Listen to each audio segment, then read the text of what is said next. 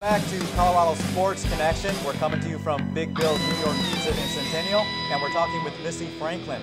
Missy, now here you are swimming on the big event here, okay, for USA Swimming. Tell us a little bit about some of your competitors that have been a big influence on you. I have to say one of my biggest influences is probably Natalie Coughlin, just because I grew up watching her. And I mean, when I first met her, it was just like I was starstruck just because I had always looked up to her, and she still to this day is my role model.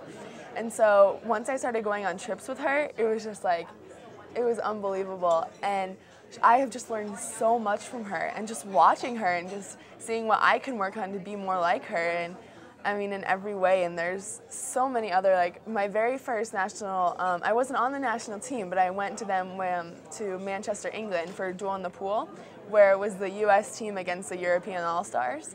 And I was actually rooming with Rebecca Stoney.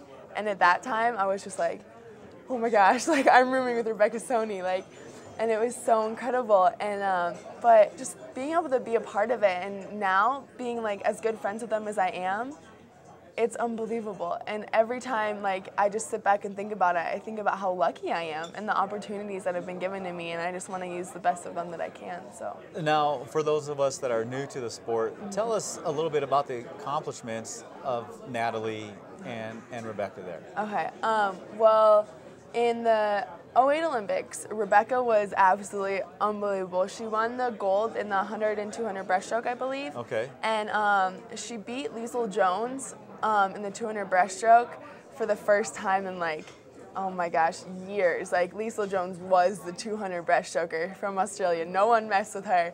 But Rebecca just went out there, and I mean, it was unbelievable, and she won, and now she's absolutely the undefeated breaststroke champion in the entire world. I mean, goes the fastest times of the whole year, and I mean, she's really incredible, and she's so humble, and oh, she's amazing. And then Natalie in the '08 Olympics, I was talking about this the other day, she was actually kind of out of the limelight a little bit, but she won the most medals of any woman, and no one knew because Michael had been so incredible and had won those 8 gold medals.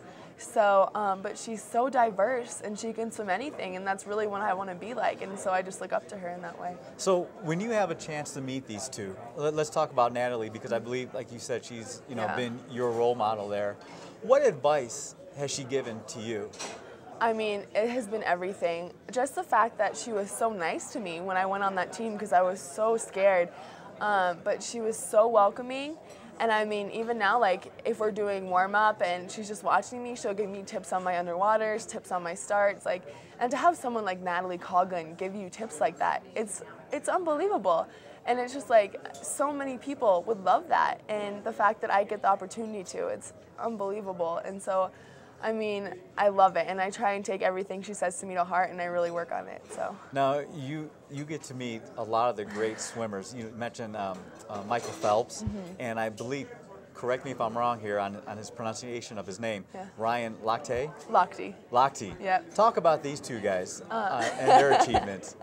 Oh, they're hilarious, first of all. I absolutely love them both. But I first met Michael, I believe.